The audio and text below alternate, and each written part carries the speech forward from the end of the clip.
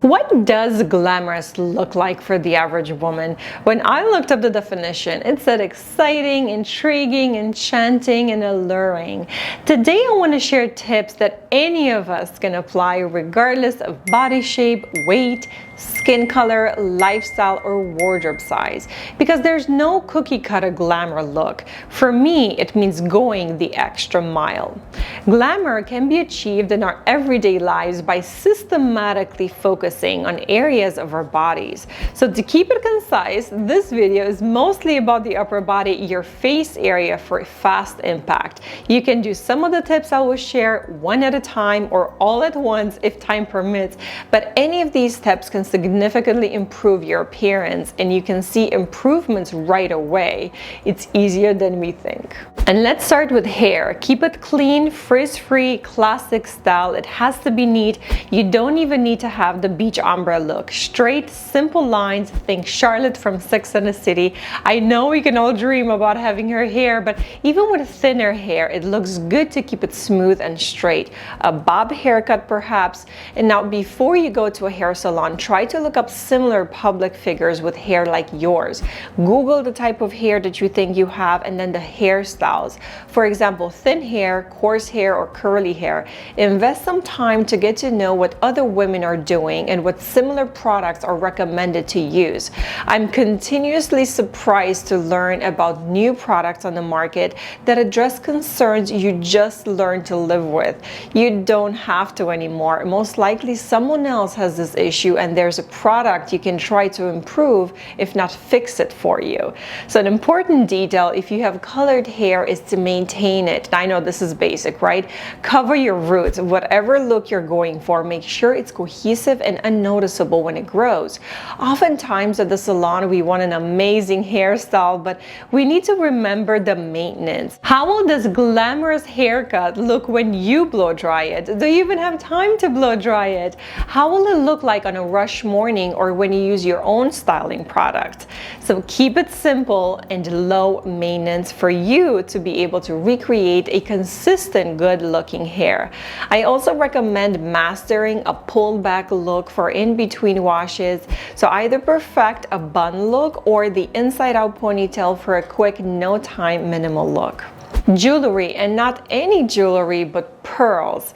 They are by far my top choice for jewelry to accessorize. I think I have at least 6 different styles and you would be surprised how many designs are needed for a multitude of occasions.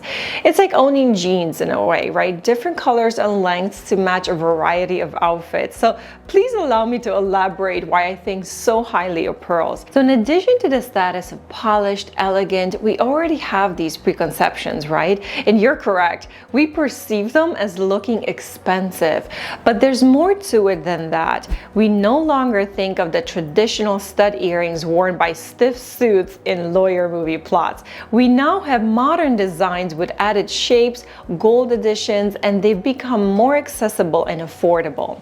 Earrings need to be bright and contrasting the hair, which serves as a backdrop for the earrings. This is why white pearls look so good on any ears. So whether if you choose gold, gemstones, or pearls, always look for light colors, or if you pick dark, make sure that they're framed by bright shiny stones such as diamonds, for example, or a gold halo, which gives a similar effect. You don't want your jewelry to be lost and unnoticed. Which leads me to my collaboration with Skye. I've been delighted by their elegant earrings and jewelry for years, and I'm so glad to be able to share them with you. I would describe them as the perfect balance between modern and vintage. They are a sustainable brand, handmade small batches using freshwater pearls and hand dipped in 18-karat gold. Now Skye also has extended their collection to feminine wear, unique dress designs, but I will let you discover them for yourself. I will also link everything down below and the discount code CHICQUETTE you can use to save 20% off anything on their site. Now I recommend you take a peek and start forming an idea of what feminine feminine, polished, and chic pieces look like. I've talked about the idea of using jewelry as a tool to upstyle any outfit, even a casual one. So one thing I never see anyone talk about is how to actually wear the jewelry just in general, especially when we want to accessorize with pieces that are bigger in size, have volume, like pendants, for example. The general rule that I follow is to make sure that the jewelry doesn't clash with the clothes, meaning they don't touch. Because the jewelry is not visible, it gets stuck, it can tear easily and ruin the garments as well. So let's walk through a couple of examples. When I wear high neck coverage, such as mock neck or turtleneck or scarf or bulky sweater, the earrings are always short, meaning they're the stub earrings. Here is where I feel a more pronounced size would go well. When I want to wear a necklace, for example, and emphasize it, I make room on my skin. I purposefully pick V-neck cuts if it's a button shirt or a nice silk shirt with a collar. Spring and summer dresses that don't cover the chest, the collarbone is ideal. This way, the neckline beautifully frames your jewelry in a subtle way by providing contour, even to dainty necklaces. I particularly like this pearl added string necklace. It reminds me of the 2000s jewelry I used to wear. This is a more elaborate piece with a lot of details, and to make sure you give it the proper attention, the necklace should be neutral tone to blend in with the skin, or simple white cami silk shirt. Remember, they can't touch. Now, I know that sometimes we see pearls being worn on top of the shirt or sweaters, like the Queen of England was famous for this look. So if you're watching the Crown series like me, well, yes, I picked up on that detail. It's a nice preppy look, in which case I recommend a simple string that is smooth against your clothes and won't catch by accident. Smile. Get confident in how you smile by focusing on white teeth. I can't speak for everyone, but I don't use bleach or any whitening product. We all have our own dental journey, and I am aware of how careful we need to be with our teeth, and any procedure that I do, I know I cannot undo it. So, and like any other body part, you need teeth to eat. So cosmetic aesthetics is secondary for me. I try to do minimal processes. You know, I do get compliments from a dentist every time, and there's barely any need to remove tartar, and the solution is very simple. I use Sensodyne toothpaste for sensitive teeth and a $6 spin brush from Walmart. That's it. I brush twice a day and floss when I remember with a water pressure machine, which I love. Your smile is one of the first things that people see. It also signals positivity and friendliness, which makes people like you and put their guard down. It's a powerful tool of persuasion. Yes, you want to be alluring and beautiful, but there's a lot of value behind a smile. So take care of it, and then make sure you practice in the mirror. I called it the eye smile. You don't need to show teeth every time unless you're sincerely happy.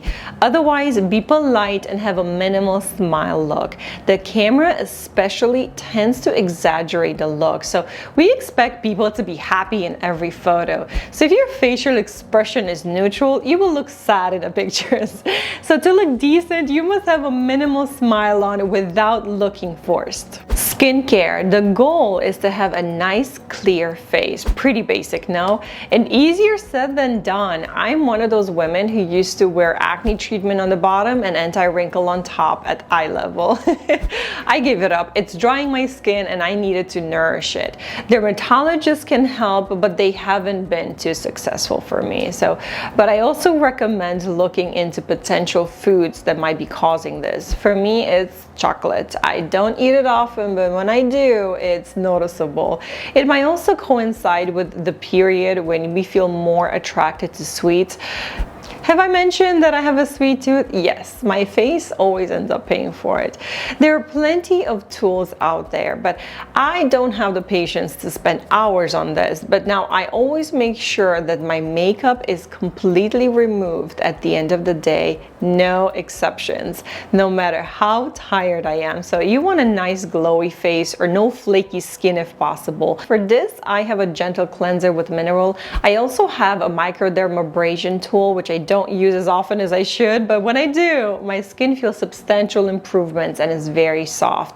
It's a polish to your skin. Another great tip is to moisturize your skin all the time. I've been moisturizing in my face since I was 13. Thanks, Mom. I can't move my face otherwise. I also live in the driest part of the country. I have humidifiers run 24/7 in the winter. It's that dry. Now, don't forget to keep the humidity level at 50% or above in the house. I learned it the hard way. In Florida, I never needed it. I don't know if you knew, but face cream don't actually add hydration to your skin. They just lock it in. So another trick I've noticed that helps a lot is not to dry my face right away. I wash my face, I leave it wet, brush teeth, and only when I'm ready to apply moisturizer, I gently damp my face with a towel to remove excess water. Then I apply the face cream and it feels like I'm locking in the moisture. Most of the year, I also use a thick, rich skin repair lotion, which is absorbed quickly and leaves no residue for when I need a more substantial barrier against the elements. Makeup. Create the enhanced effect. I'm currently watching this TV show on Netflix called The Empress, and I am in awe of her natural beauty and how much it is emphasized in the series. Beauty is not defined by anyone, it's in the eyes of the beholder. So each of us is beautiful in our own unique way, and I'm not just saying this to sound politically correct. What I find beautiful, you might not find beautiful, and so on. There's no one face we can all agree is beautiful either, right? So take your own beauty as a given and act like it, enhance it, use products to help your skin. Don't hide under a mask, because it can have the opposite effect when we tend to obsess about corrections and end up with extreme layers of foundations, for example. Guess how I know that? Accept that some days our skin doesn't look at best. Allow yourself to be you without impressing anyone. And here's my biggest secret. People around you that love you will love every single inch of you inside out. And if you're getting anything less than this, then you can gently correct them, or just accept that they might not appreciate you as a whole. Now, beauty is freckles, it's wrinkles, it's dimples, gray hair, it's a natural smile. Being comfortable in your own skin is what catches the eye. Let all of this be shown. If your face is slightly discolored compared to your neck or the rest of your body, because we usually have sunblock on and foundation has some SPF, then a simple tinted moisturizer will even out the shade while letting your natural skin still show your unique features. Find a good bronzer to apply around your face lightly to bring back the shadows you took out with a tint. Lips also get discolored over time. It's just natural. Apply tinted lip balm. Plenty of options out there. I've been using the Petitcon MD one, the one that Wonder Woman used for a few years now. I have one in every purse. If you do a couple of these steps I mentioned, it's impossible not to show you put in more effort. You will definitely feel different, then act differently, and people around you will notice. Whatever you do, do it for yourself. And if you get compliments, it's just a bonus. The real compliment is the one you gave yourself by taking the time to actually improve your look. I hope you enjoyed these tips, even if just as a reminder. Sometimes we get complacent. Share what is your favorite pick-me-up secret that makes you feel glamorous. I hope you enjoyed these tips. Don't forget to like. It lets me know to make more content like this. Then if you like this video, next time sharing Cleopatra styling secrets to looking seductive. I'll see you there next.